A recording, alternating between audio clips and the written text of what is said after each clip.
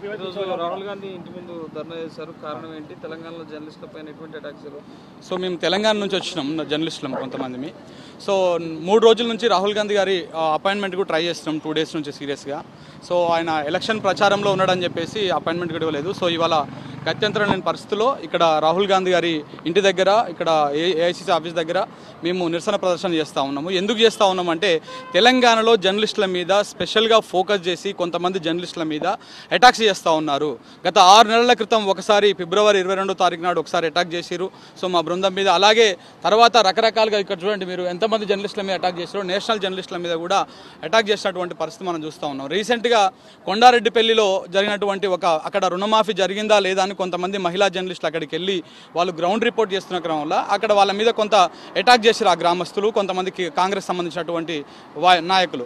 So చేస్తే వాళ్ళ మీద అటాక్ జరిగిన తర్వాత మేము పోలీస్ స్టేషన్ దగ్గరికి వెళ్ళినాము, వాళ్ళ వాయిస్ తీసుకుందామని, ఏం జరిగిందని చెప్పేసి తెలుసుకోవడానికి పోతే మమ్మల్ని కూడా వాళ్ళు కొండారెడ్డిపల్లి నుంచి కొంతమంది కొండలరెడ్డి బ్రదర్స్, ఎవరైతే సీఎం ముఖ్యమంత్రి రేవంత్ రెడ్డి తమ్ముడు ఉన్నాడో కొండలరెడ్డి గారు, వారి అనుచరులు కొంతమంది మమ్మల్ని కారులో చేజ్ చేసి, సినిమాలో మాదిరిగా చేజ్ చేసి ఆల్మోస్ట్ కొండారెడ్డిపల్లి కా నుంచి వెల్దండ పిఎస్ దాకా 30 కిలోమీటర్లు మా కార్ని 150 కిలోమీటర్ల స్పీడ్తో చేజ్ చేసారు.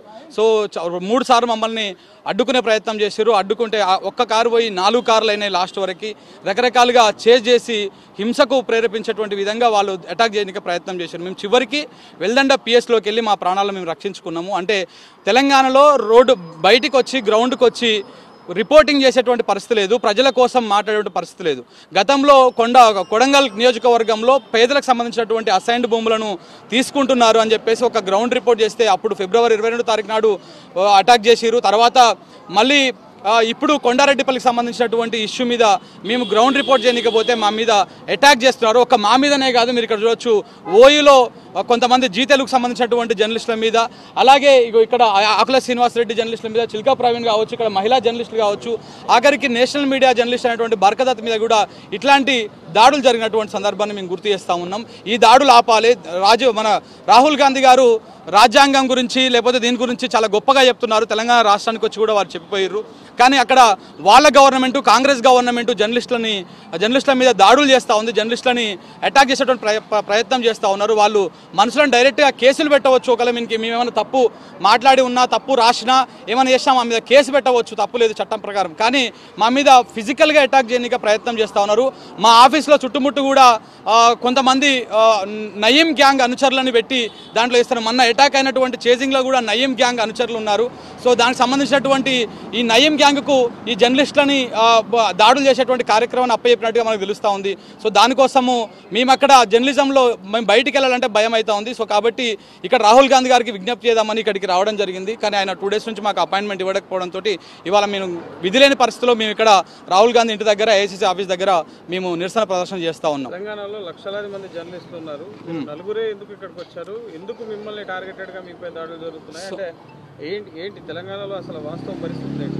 అంటే మేము కొంత ఇప్పుడు రైతు రుణమాఫీకి సంబంధించి కొంత గ్రౌండ్ రియాలిటీని చెప్పేటువంటి ప్రయత్నం చేస్తాం. మిగతా జర్నలిస్టులు చేస్తలేరని కాదు మా ఉద్దేశం, కానీ మేము కొంత యాస్టీస్గా ఏముందో అది చూపించేటువంటి ప్రయత్నం చేస్తున్నాం. అలాగే కొండారెడ్డిపల్లిలో జరుగుతున్నటువంటి ఇన్సిడెంట్ని కూడా, ఒక అనుమానాస్పద మృతిని కూడా మేము దాంట్లో బయట పెట్టడం జరిగింది. దాంతో కొంత పర్సనల్గా కొన్ని మీడియా సంస్థలను, 4-5 మీడియా సంస్థలని ఫోకస్ చేసి వాళ్ళ మీద అటాకులు చేసేటువంటి ప్రయత్నం చేస్తూ ఉన్నారు. ముఖ్యమంత్రి దృష్టికి వీటిని తీసుకెళ్ళొచ్చు కదా. ఇక్కడ రాహుల్ గాంధీ దగ్గరికి వస్తే రాహుల్ గాంధీ సో ముఖ్యమంత్రి కుటుంబ సభ్యులే చేస్తున్నప్పుడు ముఖ్యమంత్రి గారికి చెప్పడంలో అక్కడ అర్థం లేకుండా ఉంది. ఎందుకంటే రాహుల్ గాంధీ గారే అక్కడికి వచ్చి మేము ఇక్కడ ప్రేమని మా తెలంగాణ వీధుల్లో పంచుతాము అని చెప్పేసి రాహుల్ గాంధీ గారు అక్కడికి వచ్చి స్పీచ్లు ఇచ్చారు. సో కాబట్టి దేశమంతా విద్వేషంతో మోడీ నింపేసిండు, మేము ప్రేమని వంచుతున్నామని చెప్పిండు. మరి తెలంగాణ వీధుల్లో అయితే ప్రేమ లేదు, అక్కడ కూడా కక్షపూరిత రాజకీయాలతోటి మేము మా ఓన్ ఇండిపెండెంట్గా మేము జర్నలిజం చేసుకుంటుంటే ఫీల్డ్కి పోతూ ఉంటే మమ్మల్ని కొన్ని పార్టీలకు అంటగట్టి ఈ విధంగా వాళ్ళ పర్సనల్ రాజకీయాలతోటి మా మీద అటాక్స్ చేస్తూ మమ్మల్ని భయభ్రాంతులకు గురి చేస్తున్నారు. అందుకోసమనే రాహుల్ గాంధీ గారికి ఇక్కడికి వచ్చి విజ్ఞప్తి చేద్దామని ఇక్కడికి రావడం జరిగింది. ప్రభుత్వానికి వ్యతిరేకంగా నడపట్లేదండి, మేము ప్రజల కోణంలో నడుపుతా ఉన్నాం. ప్రజలకు వాస్తవాలు చూపించేటువంటి ప్రయత్నం చేస్తూ ఉన్నాం. రైతు బంధు ఎందుకు రాలేదు ఇప్పటిదాకా, రుణమాఫీ మొత్తం పూర్తి స్థాయిలో కాలేదన్నటువంటి విషయాన్ని మాత్రమే మేము ప్రజలకు అందించేటువంటి ప్రయత్నం చేస్తూ ఉన్నాం. నా పేరు శంకర్ అండి. ఈరోజు రాహుల్ గాంధీ ఇంటి ముందు ధర్నా చేశారు. కారణం ఏంటి? తెలంగాణలో జర్నలిస్టుల పైన ఎటువంటి అటాక్స్? సో మేము తెలంగాణ నుంచి వచ్చినాం జర్నలిస్టులం కొంతమంది. సో 3 రోజుల నుంచి రాహుల్ గాంధీ గారి అపాయింట్మెంట్కు ట్రై చేస్తున్నాం 2 డేస్ నుంచి సీరియస్గా. సో ఆయన ఎలక్షన్ ప్రచారంలో ఉన్నాడని చెప్పేసి అపాయింట్మెంట్ కూడా ఇవ్వలేదు. సో ఇవాళ గత్యంతరం లేని పరిస్థితుల్లో ఇక్కడ రాహుల్ గాంధీ గారి ఇంటి దగ్గర, ఇక్కడ ఏఐసిసి ఆఫీస్ దగ్గర మేము నిరసన ప్రదర్శన చేస్తూ ఉన్నాము. ఎందుకు చేస్తూ ఉన్నామంటే తెలంగాణలో జర్నలిస్టుల మీద స్పెషల్గా ఫోకస్ చేసి కొంతమంది జర్నలిస్టుల మీద అటాక్స్ చేస్తూ ఉన్నారు. గత 6 నెలల క్రితం ఒకసారి ఫిబ్రవరి 22వ తారీఖు నాడు ఒకసారి అటాక్ చేశారు. సో మా బృందం మీద, అలాగే తర్వాత రకరకాలుగా ఇక్కడ చూడండి మీరు ఎంతమంది జర్నలిస్టుల మీద అటాక్ చేశారు. నేషనల్ జర్నలిస్టుల మీద కూడా అటాక్ చేసినటువంటి పరిస్థితి మనం చూస్తూ ఉన్నాం. రీసెంట్గా కొండారెడ్డిపల్లిలో జరిగినటువంటి అక్కడ రుణమాఫీ జరిగిందా లేదా అని కొంతమంది మహిళా జర్నలిస్టులు అక్కడికి వెళ్ళి వాళ్ళు గ్రౌండ్ రిపోర్ట్ చేస్తున్న క్రమంలో అక్కడ వాళ్ళ మీద కొంత అటాక్ చేశారు ఆ గ్రామస్తులు, కొంతమందికి కాంగ్రెస్ సంబంధించినటువంటి నాయకులు. సో చేస్తే వాళ్ళ మీద అటాక్ జరిగిన తర్వాత మేము పోలీస్ స్టేషన్ దగ్గరికి వెళ్ళినాము, వాళ్ళ వాయిస్ తీసుకుందామని, ఏం జరిగిందని చెప్పేసి తెలుసుకోవడానికి పోతే మమ్మల్ని కూడా వాళ్ళు కొండారెడ్డిపల్లి నుంచి కొంతమంది కొండలరెడ్డి బ్రదర్స్, ఎవరైతే సీఎం ముఖ్యమంత్రి రేవంత్ రెడ్డి తమ్ముడు ఉన్నాడో కొండలరెడ్డి గారు, వారి అనుచరులు కొంతమంది మమ్మల్ని కారులో చేజ్ చేసి, సినిమాలో మాదిరిగా చేజ్ చేసి ఆల్మోస్ట్ కొండారెడ్డిపల్లి కా నుంచి వెల్దండ పిఎస్ దాకా 30 కిలోమీటర్లు మా కారుని 150 కిలోమీటర్ల స్పీడ్తో చేజ్ చేసారు. సో 3 సార్లు మమ్మల్ని అడ్డుకునే ప్రయత్నం చేశారు. అడ్డుకుంటే ఒక్క కారు పోయి 4 కార్లు అయినాయి లాస్ట్ వరకు.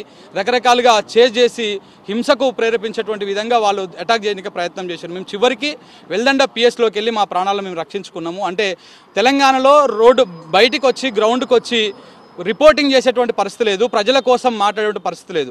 గతంలో కొడంగల్ నియోజకవర్గంలో పేదలకు సంబంధించినటువంటి అసైన్డ్ భూములను తీసుకుంటున్నారు అని చెప్పేసి ఒక గ్రౌండ్ రిపోర్ట్ చేస్తే అప్పుడు ఫిబ్రవరి 22వ తారీఖు నాడు అటాక్ చేసిరు. తర్వాత మళ్ళీ ఇప్పుడు కొండారెడ్డిపల్లికి సంబంధించినటువంటి ఇష్యూ మీద మేము గ్రౌండ్ రిపోర్ట్ చేయకపోతే మా మీద అటాక్ చేస్తున్నారు. ఒక మా మీదనే కాదు, మీరు ఇక్కడ చూడొచ్చు ఓయూలో కొంతమంది జీతేలకు సంబంధించినటువంటి జర్నలిస్టుల మీద, అలాగే ఇక్కడ ఆకుల శ్రీనివాసరెడ్డి జర్నలిస్టుల మీద, చిల్కా ప్రవీణ్ కావచ్చు, ఇక్కడ మహిళా జర్నలిస్టులు కావచ్చు, ఆఖరికి నేషనల్ మీడియా జర్నలిస్ట్ అయినటువంటి బర్కదత్ మీద కూడా ఇట్లాంటి దాడులు జరిగినటువంటి సందర్భాన్ని మేము గుర్తు చేస్తూ ఉన్నాం. ఈ దాడులు ఆపాలి. మన రాహుల్ గాంధీ గారు రాజ్యాంగం గురించి లేకపోతే దీని గురించి చాలా గొప్పగా చెప్తున్నారు. తెలంగాణ రాష్ట్రానికి వచ్చి కూడా వారు చెప్పిపోయారు. కానీ అక్కడ వాళ్ళ గవర్నమెంట్, కాంగ్రెస్ గవర్నమెంట్ జర్నలిస్టుల మీద దాడులు చేస్తూ ఉంది, జర్నలిస్టులని అటాక్ చేసేటువంటి ప్రయత్నం చేస్తూ ఉన్నారు. వాళ్ళు మనుషులను డైరెక్ట్గా కేసులు పెట్టవచ్చు. ఒకవేళ మేమేమైనా తప్పు మాట్లాడి ఉన్నా, తప్పు రాసినా, ఏమైనా చేసినా మా మీద కేసు పెట్టవచ్చు, తప్పు లేదు చట్టం ప్రకారం. కానీ మా మీద ఫిజికల్గా అటాక్ చేయడానికి ప్రయత్నం చేస్తూ ఉన్నారు.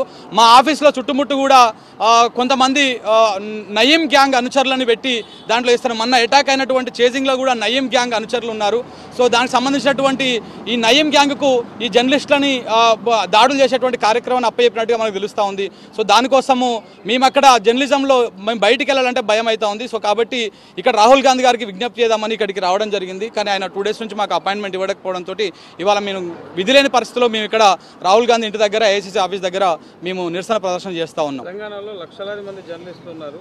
నలుగురే ఎందుకు ఇక్కడికి వచ్చారు? ఎందుకు మిమ్మల్ని టార్గెటెడ్గా మీపై దాడులు జరుగుతున్నాయి? అంటే ఏంటి తెలంగాణలో అసలు వాస్తవ పరిస్థితి ఏంటి?